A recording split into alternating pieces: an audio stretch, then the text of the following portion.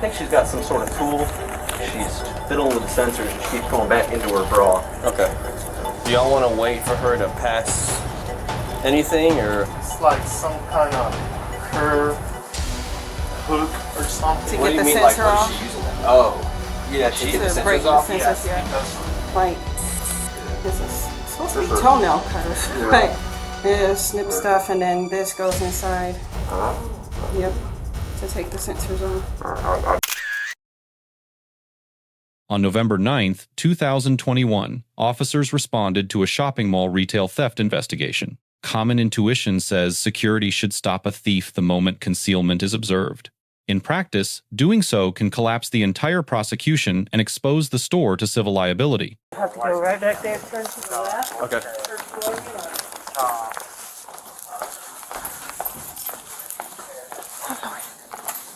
Where'd it go? Hey. Hello. Hello. coming in. Y'all got someone right now? Yeah. She got some kind of. Where's she at? She's up in Kids Polo.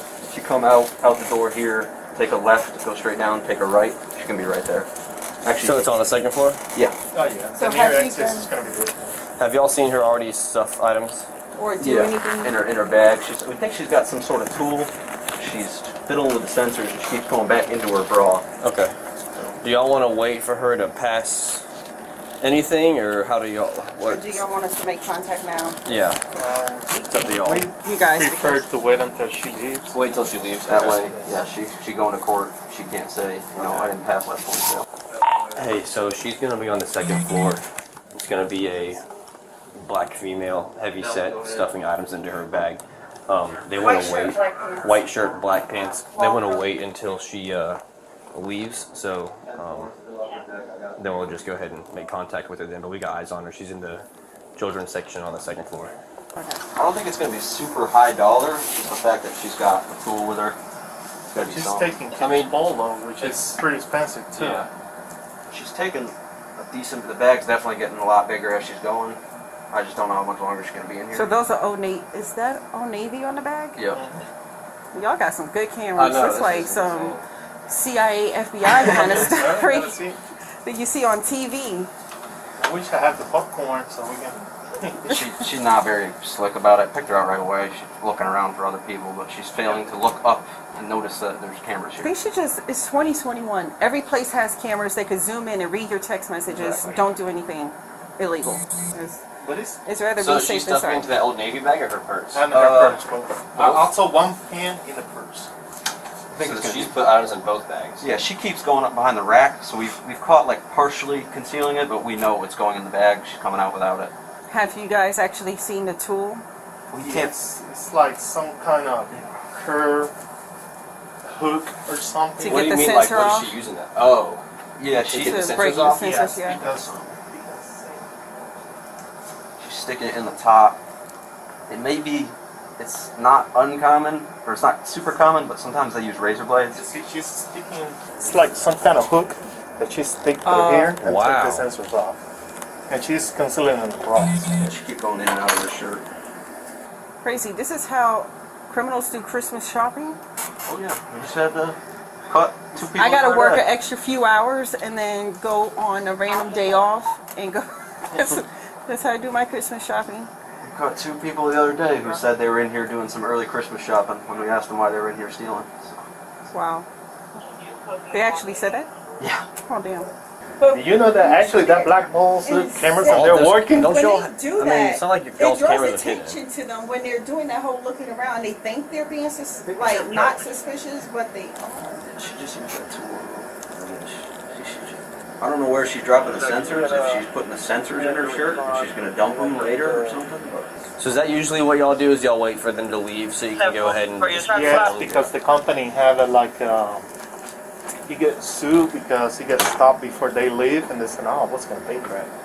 yeah. you have to show that. Because you haven't exited the can show store. And then it's so easy if they leave because they just didn't pay for it and they left. You just passed the last point of sale, so your Yeah. intention was not paying for it. Yeah.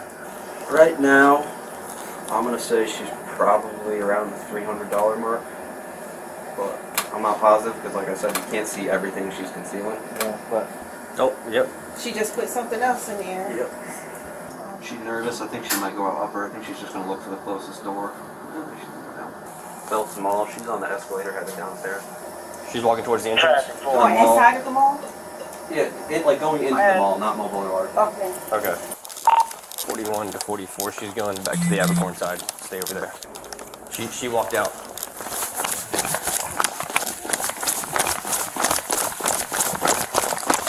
41 to 44. She just walked out.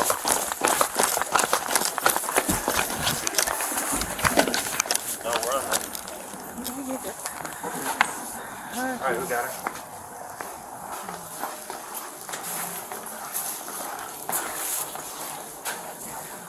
Can you give us that all the belt merchandise, please? Oh, she's done. Take that. Have a seat.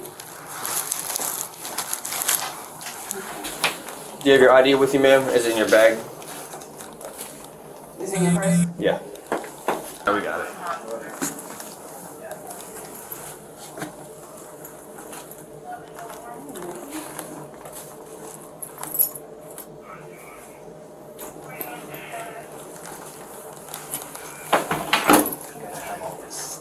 Okay.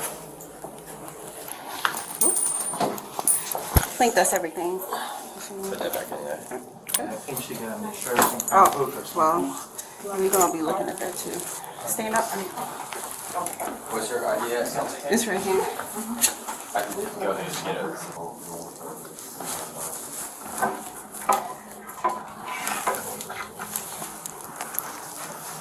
You go ahead and get it. Turn around, put your hands behind your back. This is what we saw. This right here. Yeah, that's it. I probably should It was like, this is supposed to be toenail cutters, right? Yeah, snip stuff, and then this goes inside. Yep, to take the sensors off. I got somebody come over the camera. Okay. Oh, okay. Well, let me put that amount down. 1622. Okay. Thank you. some merchandise from Dillard's. You have a receipt that's dated and timestamped for today. For today. It was bought, no, it wasn't for today. It was just in that bag, but I got the receipt for that. It was, I swear to God, it was bought off my card. You can pull my card So- receipt. You paid for that how long ago? When did you buy this? 4 days. About 4 days ago. Yeah. And it happens to be in the same bag with the merchandise that you stole today. I bought that bag in here. You can look at your camera and see. I bought that bag in here with that in there because I was returning. I came here originally to return a purse that I bought off the bill. If you look at my purse, look, So, okay. If you look at my purse, you'll see a No, bill. no. Receipts could be Do you have Thanks. proof that you did already buy that? besides. From my debit card, and it's been paid for. I promise you. I know, but I understand what Because you're you saying, have a but Dillard's debit card merchandise. doesn't say that these pants are bought. It just says a random charge from Dillard's. No, those pants were bought. Pants from The Dillard's pants- and an Old Navy bag with merchandise that you stole from Belk's today. She had a receipt in her purse that she pulled out and tried to tuck it into that bag to look like she was paying for it. She probably used it at another store. I came in here with a purse. Okay, I had that in the Old Navy bag with those pants in there, and I had that purse in there. I returned that purse. See, that's proof of the purchase right down the back. The yellow sticker. No, look on the back of the tag you just looked at. That's proof of purchase. That's what they put on there when you Proof of scan it. purchase required for return. Yeah, That's when you steal it and you go in and you try to say, hey, I bought this, but I lost my receipt. So can I return this? And then it doesn't matter. She's already going to jail. It was over a felony amount. I can promise you those pants before. It doesn't matter. Yeah, I know, it's not the big, Okay. I'm not making a big deal out of it, but she was just asking me a question. Okay. Oh, 601. the subtotal is 562. Hold on. 562. So that's the amount that That's what we have to. matters, subtotal? Yeah. Which one? The subtotal, not including the tax. Oh, but okay, yeah. it's still you did the felony. tax. Yeah. Okay. It's on here. I was just looking Oh, at the okay, wrong fine. amount. It's- You're good. The doctrine at the center of this analysis is the merchant's privilege, also called the shopkeeper's privilege. It permits merchants to detain suspected shoplifters provided the detention is based on reasonable suspicion. The detention must also be executed reasonably, limited in duration, and confined to store premises. The critical legal moment is the point of sale, where the suspect crosses without paying. Contact before that threshold gives the defense a viable argument that the suspect intended to pay. That argument attacks specific intent, the mental state required to prove theft by shoplifting. Under the state framework at issue, theft below $500 is treated as a misdemeanor. Value at or above $500 elevates the offense to a felony punishable by up to 10 years. The recovered inventory totaled $562.50 at subtotal. That figure alone, before any sales tax is added, crosses the felony threshold cleanly. The second charge, possession of tools for the commission of a crime, is separately punishable. It requires possession of a device commonly used to commit theft, plus present intent to use it criminally. The recovered tool was a modified implement engineered to defeat electronic article surveillance sensors. That design has no lawful consumer function. Prosecutors invoke the principle of res ipsa loquitur. In plain English, the object itself proves criminal purpose without additional testimony. The Fourth Amendment governs the warrantless arrest, and probable cause is the constitutional standard. Under United States v. Watson, officers may arrest for a felony committed in public with probable cause. Probable cause is evaluated under the totality of circumstances test from Illinois v. Gates. Continuous surveillance documenting selection, concealment, and defeated sensors satisfies this standard several times over. The bag search following arrest is authorized under Chimel v. California, covering the arrestee's immediate area. Miranda warnings apply only when a suspect is in custody and subject to interrogation about the offense. Routine booking questions fall under the Pennsylvania v. Muniz exception and do not require warnings. Aggregate maximum sentencing across both felony charges reaches 15 years under this framework. Judges evaluate criminal history, aggravating factors, and the presence of specialized tools when imposing sentence. It's okay. You're going to be able to keep the pants. It's just going to go in the storage bag while you're in jail. Just tell her don't go into jail for shoplifting and bills. Nah, so your purse is going to go into the property room for safekeeping. When you get out, you can go there and pick it up. But this stuff, your phone, your cards, ID, and keys, I'll take with you, so you'll have that. Most people need that stuff with them. You got kids, or you trying to sell that? I have kids. That stuff was going to go to? No. What do you want out? You work? I really was gonna sell it. Did that Uber or Lyft job get a few extra dollars in the legal way? I think it's a learning experience. How she gonna get keys to get in the house and stuff? This is awful. I'm so stupid. And I got. She doesn't have her own keys to the house? Well, she didn't. Somebody stole her purse, so she just lost everything. But I got a cousin that lives in Savannah, but. $562.50.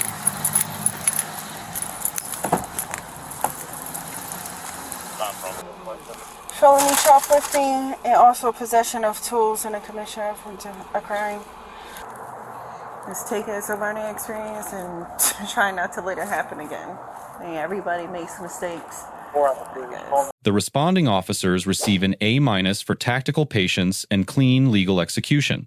The single point of deduction reflects the absence of a documented on-camera Miranda advisement. Loss prevention receives an A for exemplary surveillance, discipline, and legally sound coordination. The suspect receives an F. Premeditation is evidenced by the specialized tool. Felony value was crossed, and intent to sell was admitted on camera. Compliance during arrest prevented additional charges but does not mitigate the underlying conduct. 3 legal lessons emerge from this analysis, each extending beyond this single case. First, the shopkeeper's privilege protects only detentions grounded in observed, documented conduct. Continuous surveillance is not optional. It is the evidentiary foundation of every defensible apprehension. Second, coordination between law enforcement and loss prevention is legally stronger than early intervention. Waiting for the completed act converts suspicion into probable cause and forecloses the intent defense. Third, compliance during arrest never eliminates liability, but it preserves every downstream legal option. Let us know if there is an interaction or legal topic you would like us to discuss below. Thank you for watching, and don't forget to subscribe for more content on police court interactions.